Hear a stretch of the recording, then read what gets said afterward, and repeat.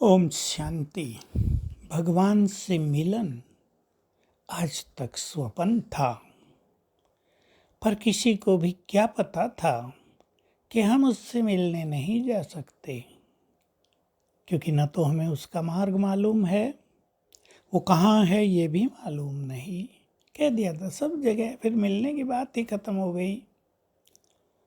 और हमें उससे मिलने के लिए संपूर्ण पावन भी होना पड़ता है, ये भी किसी को पता नहीं था। लोग सोचते तपस्या कर लो, खुश हो जाएगा, मिल जाएगा, दर्शन दे देगा। लेकिन हमने क्या देखा इन आँखों से कि भगवान स्वयं अपना धाम छोड़कर हमारे पास आ गया। हम उनकी संतान हैं, हम ये भी भूल गए थे। हमारा घर परम धाम है, ये भी भूल गए थे। हम संपूर्ण आए थे और देवी देवता थे, ये भी भूल गए थे। और कभी भगवान से हमारा मिलन हुआ करेगा, ये तो कल्पनाएं भी नहीं थी। हम सब ब्रह्मावत्स जानते हैं, प्रभु मिलन के सुंदर क्षण हमने देखे हैं, और हमने तो लंबा काल देखा है। रोज सवेरे भी भगवान से मिलन का परम आनंद हम ले सकते हैं। उसके लिए हमारी आत्मिक स्थिति, हमारा उससे बहुत गहरा नाता, हमारी प्योरिटी बहुत सुंदर होनी चाहिए। पहले बाबा साकार में हमारे साथ थे, फिर अव्यक्त रूप में उनसे हम सब ने मिलन बनाया, और अब वो पाठ भी पूरा हुआ। तो अब सूक्ष्म रूप से सूक्ष्म वतन में जाकर उनसे मिलन करते हैं या उन्हें अपने पास बुलाते हैं। तो ऐसा ही दिन आज का है, प्रभु मिलन का दिन। कई लोग ये भी सोचते हैं कि वे आते तो नहीं हैं, ऐसे ही हम खुशियां मना रहे हैं, परंतु ऐसा नहीं है। हम सभी ब्रह्मावत्स जो भगवान से बहुत प्यार करते हैं, जो उनके प्यार में अपने जीवन को कुर्बान करते हैं, विकारों को, बुराइयों की बलि चढ़ा देते हैं, उनसे वो भी बहुत प्यार करता है, और उस प्यार के रिटर्न में हमें सब कुछ देने को तैयार रहता है।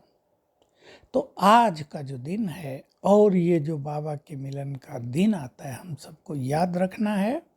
सवेरे से ही बाबा सबके ऊपर अपनी शक्तियों की किरणें डालने लगते हैं, एक पालना देने लगते हैं, प्यार का रिटर्न देने लगते हैं, क्योंकि उन्हें भी पता है जो आत्माएं बहुत लेट उनके पास आई हैं, जो उनसे साकार और अव्यक्त में मिलन नहीं कर सकी, उनके मन में कितनी प्यास है उनसे मिलने की। सब उनके बच्चे हैं, सब भक्त रहे हैं उनके, जन्म जन्म सभी ने उनको बहुत प्यार किया है, उनका आह्वान किया है, आओ। वो इन सब बातों को भली भांति जानते हैं, इसलिए आज के दिन वो सवेरे से ही अपने प्यार के वाइब्रेशंस, अपनेपन के वाइब्रेशंस, शक्तियों की किरणें सबको देने लगते हैं। हमें बस लेना है, तो सारा दिन कुछ अभ्यास करेंगे। इस दिन को वरदानी दिन बना ले, बाबा वरदान भी हमें देंगे। और विशेष रूप से मैं अभी से बता दूं, 18 जनवरी हमारे लिए विशेष वरदान दिवस होगा। उसके बारे में तो बाद में चर्चा करेंगे, लेकिन आज हम सारा दिन देह से न्यारे होने की प्रैक्टिस करें। मैं आत्मा इस देह में भ्रकुटी की कुटिया में विराजमान हूँ।